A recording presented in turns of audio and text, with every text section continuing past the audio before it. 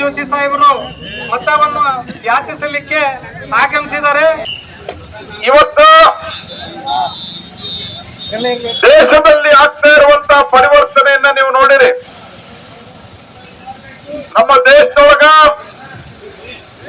ಕಳೆದ 10 ವರ್ಷದೊಳಗ ಕಾಂಗ್ರೆಸ್ ಕಾಲದೊಳಗ ನಮ್ಮ ಲಾಡ್ ಸಾಹೇಬರು ಜಿಗದ್ ಭಾಷಣ ಮಾಡ್ತಾರ. ಅವ್ರು ತಿಳ್ಕೊಂಡಾರ ಮೋದಿಗೆ ಬೈದ್ರೆ ದೊಡ್ಡವಾಗ್ತೀನಿ ಅಂತ ಹೇಳಿ.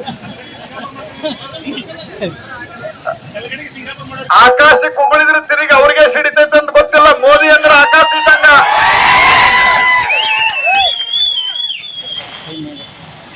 ಮೋದಿ ಅವರನ್ನ ಜಗತ್ತು ಗುರುತಿಸ್ತದ, ದೇಶ ಗುರುತಿಸಿದ. ಇವರೇನೋ ಒಂದು ಆಕಸ್ಮಿಕವಾಗಿ ಕರ್ನಾಟಕ ರಾಜ್ಯದಾಗ ಒಂದು ಬಂದಾರ. ಇಡೀ ರಾಜ್ಯದೊಳಗೆ ಬಾಳ ಮಾತಾಡ್ತಿರಲ್ಲ.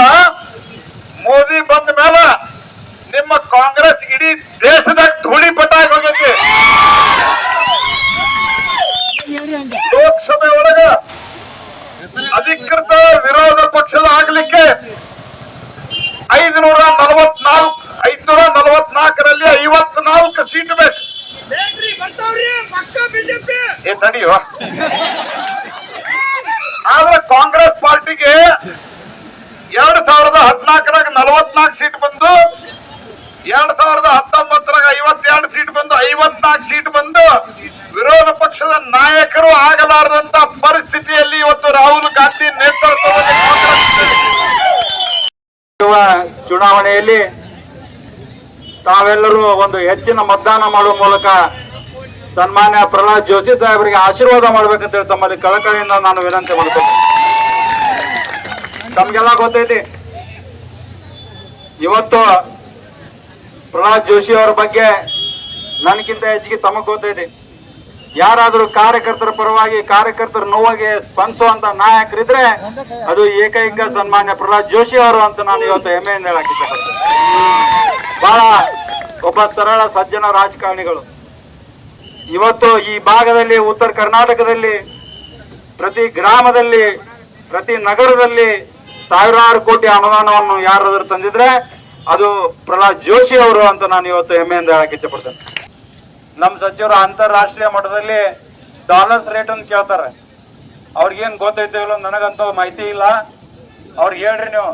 1947ರಾಗ ನಾನು ತೆಗೆದು ನೋಡಿದೆ ಅದನ್ನ ಗೂಗಲ್ನಾಗ, 4 ರೂಪಾಯಿ ಇತ್ತು $1.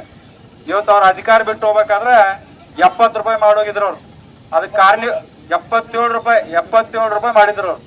ಅದಕ್ಕೆ ಕಾರಣೀಭೂತರು ಯಾರು? ಅದಕ್ಕೆ ಕಾಂಗ್ರೆಸ್ ಪಕ್ಷ ಕಾರಣೀಭೂತರು.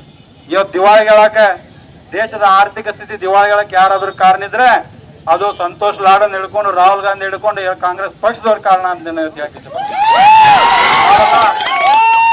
10 ವರ್ಷದಲ್ಲಿ ಇಡೀ ದೇಶ ಕಂಡ ಬದಲಾವಣೆ ನೀವೆಲ್ಲ ನೋಡಿರಿ. 10 ವರ್ಷದಲ್ಲಿ ಆರ್ಥಿಕ ಸ್ಥಿತಿಯು ಜಗತ್ತಿನಲ್ಲೇ ನಮ್ಮ ಶ್ರೇಷ್ಠವಾದ ಆರ್ಥಿಕತೆ ಇದ್ರೆ ಅದು ಭಾರತ ದೇಶದ್ದು. ಇವತ್ತು ನಮ್ಮ ಸನ್ಮಾನ್ಯ ಜೋಶಿ ಸಾಹೇಬ್ರು ಹೇಳ್ತಿರ್ತಾರೆ, ಬರುವ ದಿನಗಳಲ್ಲಿ ಏನು ಮೋದಿ ಸಾಹೇಬರು ಪ್ರಧಾನಮಂತ್ರಿ ಆದ ನಂತರ ಇವತ್ತು ಜಗತ್ತಿನಲ್ಲಿ 3ನೇ ಸ್ಥಾನ ಹೋಗ್ಬೇಕಾದ್ರೆ ಅದು ಮೋದಿಜಿಯವ್ರ ಕಾರಣ ಆಗ್ತಾರೆ. ಆರ್ಥಿಕ ಸ್ಥಿತಿಯನ್ನು 3ನೇ ಸ್ಥಾನಕ್ಕೆ ತರಕಂತೇಳಿ ಇವತ್ತು ಜೋಶಿ ಅವರು ಹೇಳ್ತಾರೆ. ಅದರಿಂದ ಬಂಧುಗಳೇ, ನಾನು ಹೇಳ್ತೀನಿ, ತಾವೆಲ್ಲರೂ ಮೋದಿಜಿಯವರ ಕೈ ಬಲಪಡಿಸ್ಬೇಕಂದ್ರೆ ಸನ್ಮಾನ್ಯ ಪ್ರಹ್ಲಾದ್ ಜೋಶಿ ಅವರಿಗೆ ಆಶೀರ್ವಾದ ಮಾಡ್ಬೇಕು. ಇವತ್ತು ಅವ್ರ ಪಕ್ಕ ಇದ್ದು ರಾಷ್ಟ್ರೀಯ ಹಾಗೂ ನಮ್ಮ ಎಲ್ಲರ ಬಡವರ ಸೇವೆ ಮಾಡ್ತಿರುವಂತ ನಮ್ಮೆಲ್ಲರ ನೆಚ್ಚಿನ ನಾಯಕರಾದ ಪ್ರಹ್ಲಾದ್ ಜೋಶಿ ಅವರಿಗೆ ತಾವು ಮತದಾನ ಮಾಡಿದ್ರೆ ಅದು ನೇರವಾಗಿ ಮೋದಿಜಿಯವರಿಗೆ ಹೋಗ್ತದೆ. ಬರುವ ದಿನಗಳಲ್ಲಿ ಇವತ್ತು ನಾವೇನು ಇದನ್ನು ಅಭಿವೃದ್ಧಿ ಕಂಡೇವಿ, ಅದಕ್ಕಿಂತ 10 ಪಟ್ಟು ಅಭಿವೃದ್ಧಿಯನ್ನ ಪ್ರಹ್ಲಾದ್ ಜೋಶಿ ಸಾಹೇಬರು ಮುಂದೆ ಮಾಡ್ತಾರೆ. ಬರ್ತಕ್ಕಂಥ 7ನೇ ತಾರೀಕು ಇಲ್ಲಿ ಸೇರಿದಂತ ಮಹಿಳೆಯರಲ್ಲಿ ನಾನು ಮನವಿಯನ್ನ ಮಾಡ್ಕೊಂತೇನೆ.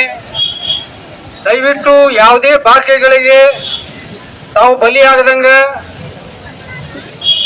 ತಮ್ಮ ಮತವನ್ನ ದೇಶದ ಅಭಿವೃದ್ಧಿಗಾಗಿ, ದೇಶದ ರಕ್ಷಣೆಗಾಗಿ, ಮಹಿಳೆಯರ ರಕ್ಷಣೆಗಾಗಿ ತಾವು ತಮ್ಮ ಮತವನ್ನ ಹೆಚ್ಚಿನ ಸಂಖ್ಯೆಯಲ್ಲಿ ಮಹಿಳೆಯರು ಭಾರತೀಯ ಜನತಾ ಪಕ್ಷಕ್ಕೆ ತಾವು ಆಶೀರ್ವದಿಸಬೇಕಂತಂದು ತಮ್ಮಲ್ಲಿ ಕೇಳ್ಕೊಳ್ತೇನೆ.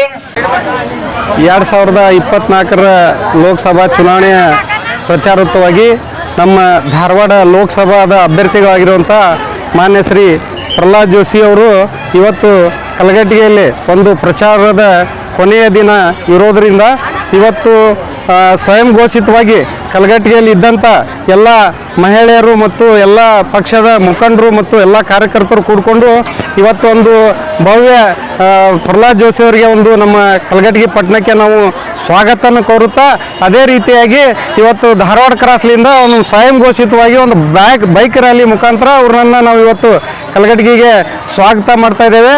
ಆದ್ದರಿಂದ ಇವತ್ತು ಅತಿ ಹೆಚ್ಚು ಮತದಾನದಿಂದ ನಮ್ಮ ಕಲಘಟಗಿ ವಿಧಾನಸಭಾ ಮತಕ್ಷೇತ್ರದಿಂದ ಮತ್ತೊಮ್ಮೆ ಪ್ರಹ್ಲಾದ ಜೋಶಿ ಅವ್ರನ್ನ ನಾವು ಗೆಲ್ಲಿಸಿ ಮತ್ತೊಮ್ಮೆ ಈ ದೇಶದ ಪ್ರಧಾನಮಂತ್ರಿ ಆಗಿರುವಂಥ ನರೇಂದ್ರ ಮೋದಿ ಅವ್ರನ್ನ ಮತ್ತೊಮ್ಮೆ ಪ್ರಧಾನಿಯನ್ನು ನಾವು ಮಾಡ್ತೇವೆ ಅಂತ ಹೇಳಿ ಇವತ್ತು ಎಲ್ಲರಿಗೂ ಇವತ್ತು ಏನು ಕೊನೆ ದಿನ ಇರೋದ್ರಿಂದ ಮತ್ತೊಂದು ಕಳಕಳಿಯಿಂದ ಕೇಳ್ಕೊತಿದ್ವಿ, ಎಲ್ಲರೂ ಕಮಲದ ಹೂವಿಗೆ ಓಟ್ ಆಗಿ ಪ್ರಹ್ಲಾದ್ ಜೋಶಿ ಅವ್ರನ್ನ ಗೆಲ್ಲಿಸ್ರಿ ಅಂತ ಹೇಳಿ ನಾನು ಎರಡು ಮಾತುಗಳನ್ನು ಮುಗಿಸ್ತೇನೆ. ನಮಸ್ಕಾರ. जय श्री राम, जय जय श्री राम, जय जय श्री राम, जय जय श्री राम.